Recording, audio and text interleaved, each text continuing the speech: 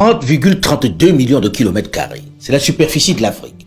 Soit, tenez-vous bien, un peu plus de 3 fois la superficie des États-Unis d'Amérique, qui est de presque 10 millions de kilomètres carrés. Ou encore 3 fois celle de l'Europe, qui est de 10,18 millions de kilomètres carrés. En fait, l'Afrique est plus grande que l'Europe, les États-Unis et la Chine réunis. Et pourtant, c'est cela le paradoxe, l'Afrique, avec ses 30 millions de kilomètres carrés, compte 1,3 milliard d'habitants. Pendant que la Chine, elle, en compte 1,4 milliard sur 10 millions de kilomètres carrés. Ce qui signifie que l'Afrique est sous-peuplée. Malgré ce que l'on en dit, l'Afrique possède 60% des terres arables. Les seules terres arables de la République démocratique du Congo sont capables de nourrir toute l'Afrique, et toutes les terres arables de l'Afrique sont une manne pour nourrir le monde entier. La République démocratique du Congo possède d'importants fleuves qui peuvent illuminer l'Afrique entière. Le potentiel d'Inga à lui seul pourrait fournir de l'énergie pour une bonne partie du continent. L'Afrique possède 60% des réserves de matières premières. Elle possède 40% de la réserve mondiale d'or, 33% de la réserve de diamants, 80% de la réserve mondiale de coltan, l'un des précieux minéraux pour la production de téléphones et de l'électronique. Le plus gros de cette réserve étant la République démocratique du Congo. L'Afrique possède 60% des réserves de cobalt, le minerai pour la fabrication des batteries de voitures. L'Afrique possède 11% de la réserve mondiale de pétrole et de gaz naturel. L'Afrique, et plus précisément la Namibie, possède le littoral le plus poissonneux du monde. L'Afrique est riche en manganèse, en fer et en bois. Ce n'est pas tout. L'Afrique abrite 30 000 recettes et herbes médicinales qui alimentent les laboratoires du monde entier. Elle est donc la principale pharmacie de la planète. L'Afrique a une population essentiellement jeune qui devrait atteindre 2,5 milliards d'ici 2050, alors que dans les autres régions du monde, les populations sont vieillissantes. Tous ces paramètres nous montrent bien à quel point l'Afrique est potentiellement riche. Peut-on espérer être plus doté? Comment peut-on être aussi bien loti par Dieu et dans le même temps avoir une population aussi pauvre et aussi malheureuse qui vit dans une telle misère? Comment peut-on énumérer toutes ces richesses à cet enfant de Dosso au Niger et lui expliquer en même temps qu'il est obligé de boire cette eau souillée qui va le rendre malade, voire le tuer? Comment expliquer aux Congolais du Nord ou du Sud Kivu, qui vit ou plutôt subit ces richesses minières, parfois sous le fouet du Chinois ou du Libanais, qui s'en est rendu maître, qu'il est riche, qu'il représente le pays solution? Comment peut-on bénéficier d'un tel potentiel et vivre autant l'enfer? Comment expliquer à ces migrants qui risquent leur vie dans des embarcations de fortune en Méditerranée, qui fuient au péril de leur vie vers un hypothétique Eldorado, qui laissent derrière eux le continent de l'avenir? Comment expliquer à ces jeunes que l'on réduit à l'esclavage en 2023, que l'on met ainsi en cage en Libye pour les vendre qu'ils vivent sur un continent particulièrement riche?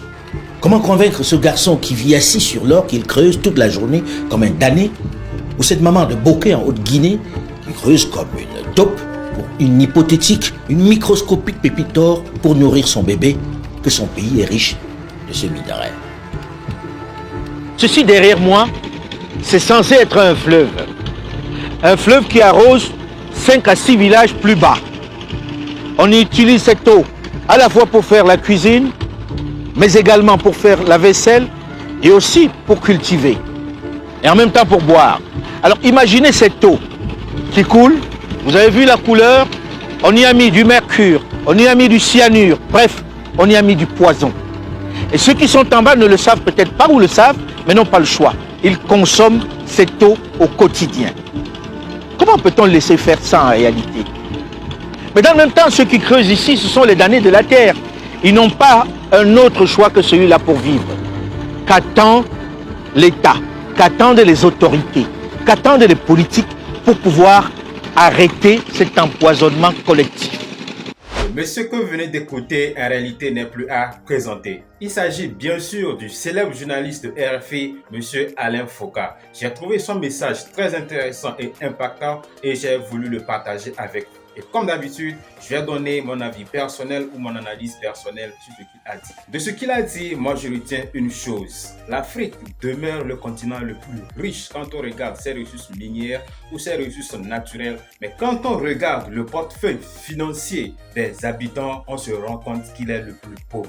Comment expliquer cela? C'est dû à une chose, une absence énorme d'une main-d'œuvre de qualité ou bien d'une main-d'œuvre qualifiée. Quand on regarde les différents sites d'exploitation, on se rend compte que ce sont les sociétés étrangères qui sont responsables ou bien qui en sont responsables. Moi, je dirais que ce qu'il faut faire pour que les Africains soient responsables de ces différents sites d'exploitation, c'est que ceux qui sont intéressés par ces différents domaines d'activité n'ont qu'à se former dans ces domaines, bien dans ces différents domaines. Ils doivent prendre des formations nécessaires, adéquates, qui pourront leur donner accès aux sites d'exploitation et créer des entreprises dans ces différents domaines afin de gagner les marchés lorsque le besoin se fera. Sinon, on peut beau crier, on peut beau râler, on peut beau se plaindre et dire que ce sont les sociétés étrangères qui viennent exploiter les ressources minières, mais oui, est-ce qu'on peut changer cela? La réponse à tout cela, c'est que en réalité, on n'a pas le choix.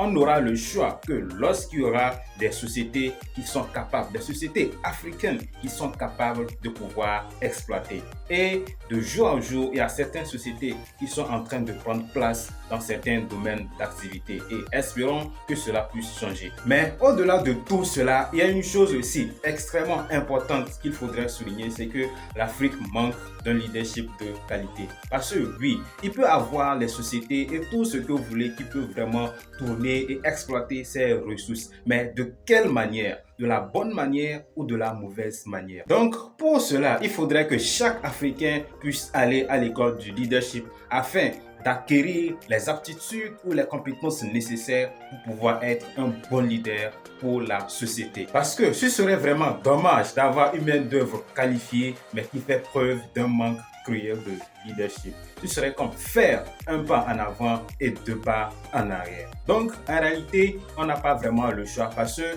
rappelons-nous que tout ce que nous sommes en train de faire, il y a des enfants, ceux qui sont supposés être la génération de demain, qui sont là et en train de nous regarder. Donc, nous avons intérêt à bien faire les choses afin de laisser un bel héritage à tous ces enfants ou bien aux générations futures. Donc, quoi qu'il en soit, la construction de l'Afrique ou bien l'avenir de l'Afrique se trouve entre les mains des Africains et non dans d'autres mains.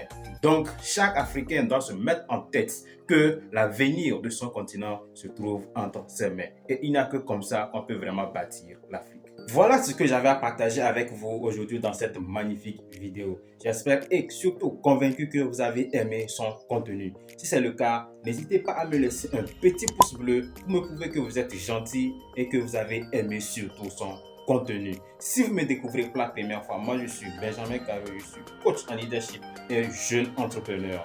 Sur cette magnifique chaîne Mindset School, nous publions 3 vidéos par semaine, les mardis, les jeudis et les samedis, et nous développons 5 thèmes: le mindset, le développement personnel, l'entrepreneuriat, le business et le leadership. Donc, si vous êtes intéressé par l'une de ces thématiques, je vous invite à faire une chose, c'est de vous abonner et surtout cliquez sur la cloche de notification afin de ne rater aucune de nos prochaines vidéos et surtout faire partie de cette magnifique communauté pour que nous puissions partager de merveilleuses choses ensemble.